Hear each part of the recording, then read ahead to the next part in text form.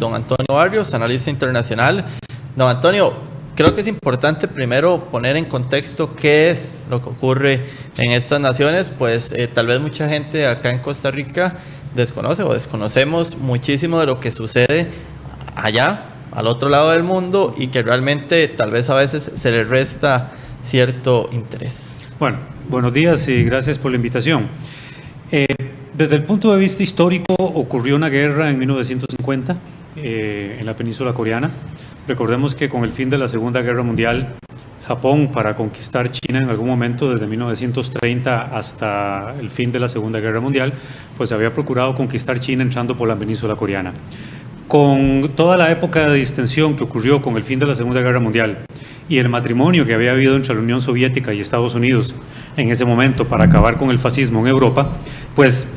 al otro lado del mundo, en el caso de Asia, pues va a haber una confrontación de carácter ideológica en donde va a aprovecharse la Unión Soviética y China para llevar a cabo una guerra en la península coreana. Esa guerra, que empieza en 1950 y que termina en 1953, pues va a traer consigo toda la situación que en la península coreana ha estado ocurriendo en las últimas décadas. Eso ha llevado desafortunadamente a una situación de confrontación constante, a una situación de tensión constante desde 1953 o propiamente 1954, que es cuando ya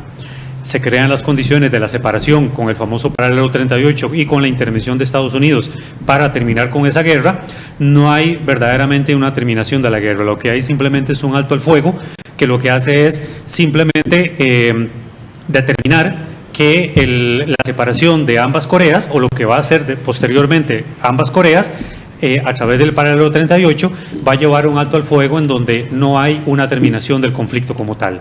Lo que va a ocurrir ya muchas décadas después va a ser una situación de tensión constante, no solamente porque la Guerra Fría va a aumentar esa situación en donde, pese a la situación de alto al fuego en la península, tanto la Unión Soviética, China y Estados Unidos van a seguir utilizando lo que está ocurriendo en la península como una cuestión de conflicto, y eso va a hacer que en las décadas subsiguientes a 1955 pues hay una situación de tensión incontenible. Esta situación de tensión va a aumentar todavía más cuando Corea del Norte empieza a desarrollar el plan nuclear, que si bien lo empieza desde la década de los 90, la primera prueba nuclear efectiva que Corea del Norte va a dejar entrever ante el mundo va a ocurrir en el año 1996, que es donde se empieza a implementar todo un proceso de negociación inicial que nunca antes había habido entre Estados Unidos, siendo presidente Bill Clinton, que es el primer presidente que va a llevar a cabo una negociación formal con Corea del Norte. Incluso Bill Clinton visita Corea del Norte, es el primer presidente que visita después de Eisenhower con el alto al fuego en 1953, es el primer presidente Bill Clinton el que va a visitar Corea del Norte para poder desarrollar todo un proceso de negociación formal para detener a través de la negociación el desarrollo nuclear de Corea del Norte, que a cambio lo que le va a dar es una cuestión de inversión, que es lo que históricamente igual Corea del Norte ha estado necesitando, porque sobre Corea del Norte pesa desde hace muchos años una situación de embargo económico de Occidente y principalmente de Estados Unidos, que China va a procurar de alguna forma tratar de dirimir en la medida de lo posible. Don Antonio, ¿cuánto impacto tiene esto en sectores o en países como Costa Rica, verdad? Porque lo vemos como una gran hazaña o un gran logro entre estos dos sectores, Corea del Norte y Corea del Sur, pero ¿cuánto impacto tiene para países más de América? Bueno, tiene un impacto positivo, porque cuando uno ve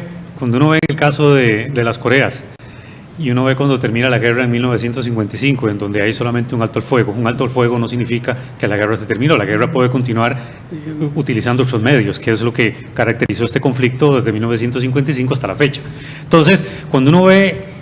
uno podría calificar esta negociación dentro del ámbito de la política internacional como lo impensable. Es decir, cuando uno ve que Corea del Norte y Corea del Sur han estado enfrentados durante 60 años, uno llega a un momento en que piensa, bueno, esto no se va a solucionar nunca. Es como cuando uno piensa, por ejemplo, en el asunto, en el conflicto Israel-Palestino, uno dice, bueno, han sido tantos años que uno dice, bueno, esto va a seguir por sécula y esto no va a tener ninguna solución. Bueno, esto es algo histórico para el mundo en general, porque definitivamente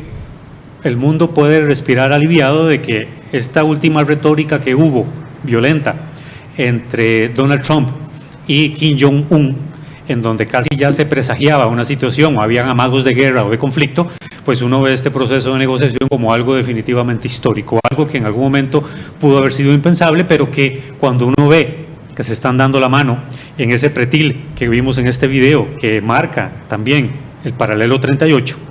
es algo histórico porque definitivamente le va a permitir al mundo no solamente respirar aliviado por lo que ha estado ocurriendo, sino es un ejemplo de otros procesos de negociación de larga data, de conflicto que han habido en otras partes del mundo y que pueden servir de ejemplo para que otros países que están en conflicto con países vecinos sirvan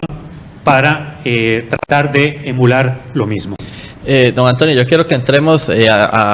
a profundizar un poco en la imagen del presidente norcoreano de Kim Jong, pero antes quisiera que usted me explique, porque acá nos trajo también pues parte de lo que es, como usted lo dice, la historia. Le voy a pedir a mis compañeros tal vez si pueden pues hacernos la toma de esto que nos trajo don Antonio, que pues es parte de la historia y de lo que se vive o lo que se ha vivido allá en las Coreas. Sí, eso es una alambrada original de la frontera entre ambas Coreas, del famoso paralelo 38, que en el año 2000 el presidente de Corea en ese entonces decidió sustituirlo e ir poco a poco avanzando en una situación de distensión que en el año 2000 se había dado positivamente con Corea del Norte, con este llamado encuentro de familias, que eso ha sido uno de los escollos más dolorosos en esta separación de la familia coreana con el conflicto. Y esto es un pedazo de alambre original que me trajeron de Corea del Norte, perdón, de Corea del Sur, en esa situación de distensión que se dio en el año 2000. Entonces, eso es un recuerdo doloroso de lo que ha significado esta separación y con ello el gobierno de Corea del Sur quiso simbolizar a nivel mundial, a través de la producción de eso, enviar a muchas partes en el mundo lo que eso ha simbolizado en este conflicto a lo largo de las décadas. Don Antonio, como le decía, quisiera profundizar un poco más en el tema de Kim Jong, presidente norcoreano. Tuvo un protagonismo, digámoslo, muy negativo para el mundo cuando se empezó a hablar del tema de las armas nucleares, como lo decía usted, con el tema con los Estados Unidos. Sin embargo, ahora parece que su figura, no sé, pues cambia en torno a lo que es este tratado de paz. ¿Qué es lo que podríamos pensar, qué podría analizarse de la figura de Kim Jong? Y no sé si estos movimientos llegan a ser políticos, si realmente son solo apagafuegos de su imagen. No sé, ¿qué podríamos decir propiamente del mandatario norcoreano? Podemos decir mucho. A ver, cuando uno ve lo que ha ocurrido lo que ocurrió con el papá, por ejemplo, Kim Jong-il, ¿verdad? Porque él es el hijo, lo sucede hace aproximadamente 5 años, que en el pasado hubo pruebas nucleares en donde la postura de Corea del Norte fue muy radical y no había opción de negociación. Cuando uno ve la posición de Kim Jong-un, el hijo, el actual líder, es una posición definitivamente de que para haberse dado las manos en el paralelo 38 y haber pasado al otro lado de la frontera y haber firmado un acuerdo para reunirse posteriormente en el futuro cercano, y la declaración que recientemente dio personeros autorizados de su gobierno de Corea del Norte para desistir de las pruebas nucleares y dar permiso para que los observadores internacionales puedan ingresar nuevamente a Corea del Norte, hay que tomar en cuenta que en la época de Kim Jong-il habían observadores internacionales que estaban supervisando la desnuclearización de Corea del Norte. El problema es que no basta hablar solamente de Kim Jong-un. Cuando uno ve un poco también cuál fue la política de Estados Unidos, siendo George Bush presidente, que tuvo una posición muy radical cuando decide en ese entonces incorporar o agregar a Corea del Norte dentro del famoso eje del mal, ahí es donde vino ya una radicalización de la política de Corea del Norte y vino una retoma del programa nuclear como una afrenta o como una situación de venganza por esta política tan radical que Estados Unidos históricamente toma respecto a Corea del Norte en particular. Entonces, el hecho de que haya habido un apretón de manos es porque definitivamente simboliza no solo un interés político por parte de Kim Jong-un de llevar a cabo una negociación futura, sino también porque la situación económica en Corea del Norte está muy comprometida desde todo punto de vista, que Corea del Norte también requiere que las sanciones internacionales que han pesado sobre la economía de Norcorea se vayan levantando gradualmente. Es como el acuerdo nuclear que hubo recientemente con Irán, en donde lo que espera Irán, algo similar, es de que las sanciones que han pesado sobre la economía iraní vayan poco a poco levantándose y eso sirva para poder de nuevo potenciar la economía de estos países en función de la inversión internacional que tanto necesitan. Entonces, es una situación que tiene características políticas, hay un interés político y un interés ideológico. Se habló en esta negociación de retomar el tema de los encuentros familiares en el paralelo 38, que es algo también muy necesario para conciliar a ambas Coreas, y también hay una cuestión de dejar entrever el interés de Corea del Norte para reunirse precisamente con Estados Unidos, en donde en esta famosa ley de las consecuencias imprevistas, que yo lo había tratado recientemente en un artículo que publica en La Nación, de hacer posible de que no se sabe cuál va a ser el ímpetu también de una persona como Donald Trump, de si en efecto puede ser capaz de llevar a cabo una guerra contra Corea del Norte. Entonces, ahí ha pesado una serie de características muy importantes que pudieron haber servido de base para que Kim Jong-un haya encontrado mejor negociar, también sobre la base de lo que tuvo que haber conversado antes con China, porque el primer viaje que hace Kim Jong-un a China es porque algún mensaje oculto, importante, le tuvo que haber dicho China. Mire, yo intuyo que algo así le pudo haber dicho China a Kim Jong-un. Bueno, mire, en una situación de guerra futura, yo como país no puedo llegar a defenderlo. Entonces, aquí lo que vale más es la negociación. Entonces, eso tuvo que haber movido Kim Jong-un a optar por el factor de la negociación como una opción de salida necesaria ante la situación que ha venido ocurriendo entre las dos Coreas y toda esta escalada de tensión con todo el lanzamiento de misiles que ha venido ocurriendo en los últimos 6 meses para acá. Don Antonio, esto ha empezado a tener ya consecuencias porque vemos que, por ejemplo, hasta en el ámbito deportivo, ya vi que la selección de ping-pong, si no me equivoco,